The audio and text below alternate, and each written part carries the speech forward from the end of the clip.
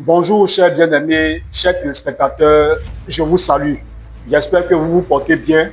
Moi, pour ma part, je suis en pleine forme.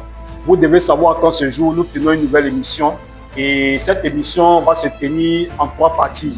Nous sommes aujourd'hui pour la première partie et le thème que nous allons aborder ce matin est le prophète.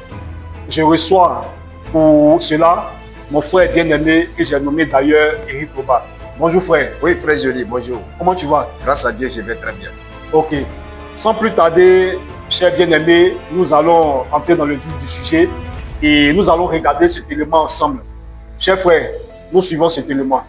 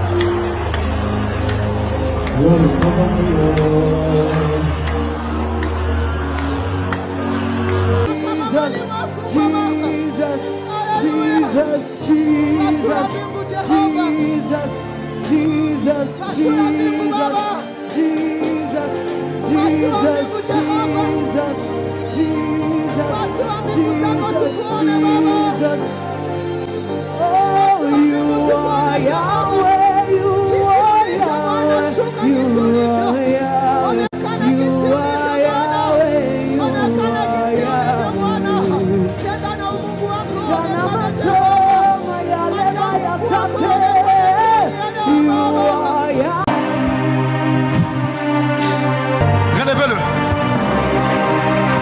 Bon. Lève tes mains. Tu es venu. Qui t'a emmené? C'est une seule chose.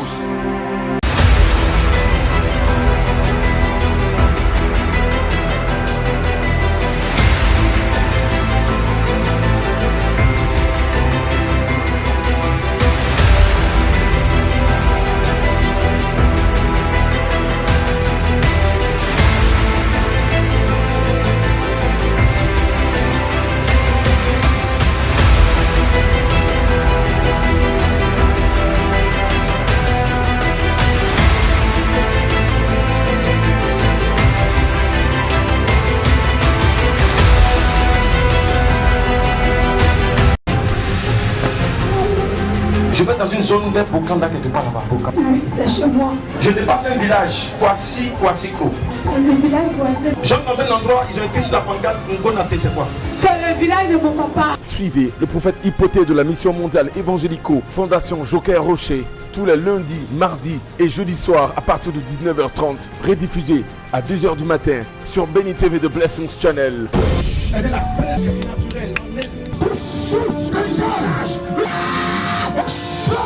Car la prédication de l'évangile de Christ ne repose pas sur des discours persuasifs de la sagesse, mais sur une démonstration d'esprit et de puissance. Vraiment frère, je suis tellement ébloui par cette séquence qui vient de passer et je me rends compte à quel point Dieu utilise puissamment nos prophètes en cette génération. Et ça me permet de te poser la question déjà, quelle est ton impression sur les merveilles de Dieu à travers ces éminents prophètes de Dieu que d'ailleurs Dieu utilise abondamment? Ok. Quelles sont tes impressions? Merci beaucoup, mon frère. Oui. Mais déjà, sache que je vais tout droit, contrairement à toi, Ah bon? dans ton impression et dans ton sentiment.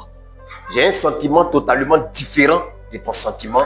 J'ai une impression totalement différente de ce que tu as comme impression en regardant ces éléments qui viennent de défiler. Et pourquoi? Le sentiment qui m'anime n'est pas du tout différent de celui qui a animé Moïse le prophète en son temps. Car devant Moïse, il y avait un groupe de personnes qui faisaient croire au peuple que ce qu'il faisait était l'œuvre de Dieu. Et pourtant, c'était de simples anarcheurs. Le sentiment qui m'anime n'est pas différent de celui qui était dans le cœur du prophète Élie face aux 850 faux prophètes d'Astarté et de Baal.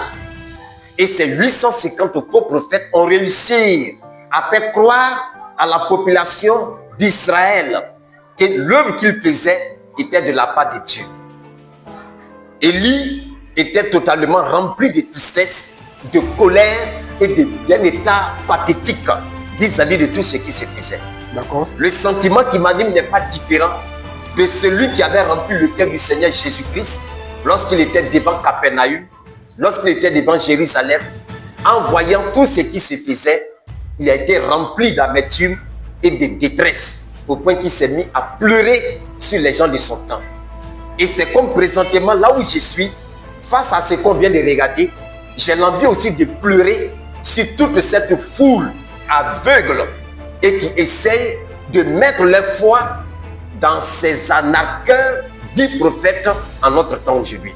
Ah bon? Mon frère Zioli, tout ce qu'on vient de regarder, c'est la plus grande organisation religieuse jamais organisée. C'est la plus grande arnaque religieuse jamais établie sur la terre que nous vivons aujourd'hui en notre siècle et que malheureusement des gens n'arrivent pas à voir. Et le monde a été convaincu que ces personnes sont aussi des prophètes. Oui, c'est des prophètes, mais de faux prophètes. Il n'y en a pas un seul parmi eux qui répond aux critères d'un véritable prophète de Dieu. Tu as vraiment su? Tous ces hommes que tu vois, c'est tous des fossoyeurs. Toutes les œuvres, c'est des œuvres de ténèbres. Toutes les actions, c'est des actions de condamnation, des actions d'égarement. Tout ce que vous voyez qu'ils font à longueur de journée, que ce soit leur révélation, que ce soit leur miracle, que ce soit leur prodige, il n'y a rien qui les établit comme étant véritables prophètes de Dieu. Voici le sentiment qui m'anime en voyant ces éléments qui viennent de parcourir votre écran. Merci beaucoup. Ok, bon, d'accord. Bon, je veux savoir. Et je crois que les téléspectateurs aussi veulent savoir. Selon toi, qu'est-ce qu'un prophète selon Dieu? Ou qu'est-ce que la définition d'un vrai prophète? Ok, merci beaucoup. Un prophète de Dieu, c'est d'abord un homme. Un homme qui est la représentation, qui représente Dieu sur la terre, auprès de tous les habitants de la terre. Et cet homme, en tant que représentant de Dieu, ne peut jamais être une femme. De sorte que, dans vos éléments et dans tous ces lieux de manifestation, en voyant des femmes établies, prophètes, conduisant des assemblées, sachez que là, ce n'est que la manifestation de Jézabel à nouveau en notre temps.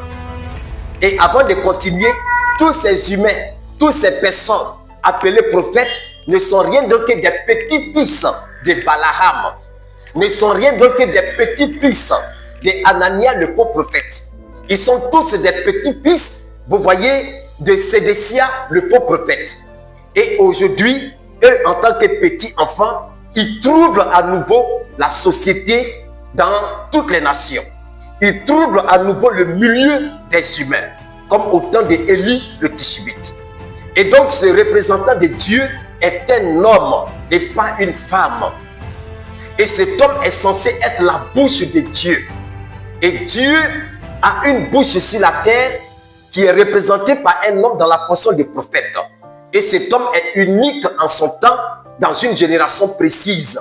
Et c'est à travers sa bouche que le reste des habitants de la terre doivent entendre la parole de Dieu pour savoir la volonté de Dieu et puis s'orienter en servant Dieu. Le prophète de Dieu, il est le révélateur de la parole de Dieu aux habitants de la terre. Il est celui qui fait connaître la volonté de Dieu aux hommes sur la terre. Et le prophète de Dieu, il est aussi l'interprète divin du message de Dieu auprès des humains. L'interprétation de la volonté de Dieu, ce n'est pas au prophète d'école, ce n'est pas au prophète des séminaires, mais le véritable prophète de Dieu, c'est un appelé avec une mission bien précise définie par Dieu pour cet homme dans une génération bien précise. Le prophète de Dieu, comme je l'ai dit, c'est celui qui donne l'interprétation de la parole. Et ce que Dieu veut, c'est à lui de transmettre cela aux habitants de la terre. Le véritable prophète de Dieu, il est le porteur de la lumière de Dieu et non pas celui qui confectionne de l'eau appelée bénite pour les vendre aux gens.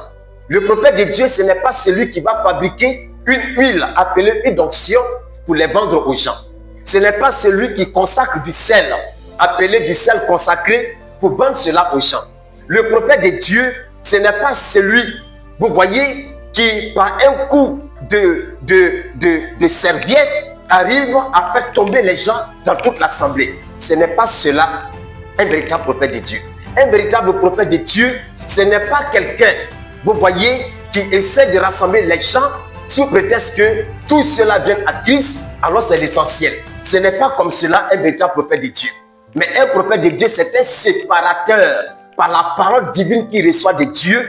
C'est un séparateur des ténèbres avec la lumière par le moyen de la parole que Dieu lui confie. C'est cela un prophète de Dieu. Il est donc le révélateur, il est donc le porteur de lumière de la parole, il est donc le porte-parole de Dieu auprès des humains sur la terre. Voilà ce que c'est qu'un véritable prophète de Dieu, dont toutes ces personnes, à travers ces éléments et autres, ne correspondent aucunement. Voilà ce que c'est que le prophète de Dieu. Ok frère, comme nous sommes déjà à la fin de l'émission, mais nous n'allons pas nous arrêter là. Ok. Il y a la seconde partie qui va suivre la semaine prochaine. D'accord. Mais pour aujourd'hui, nous nous arrêtons là. Merci pour ta présence frère. Nous rendons grâce à Dieu et que Dieu vous assiste, chers amis, pour la meilleure compréhension des choses. Shalom bien-aimé. À très bientôt.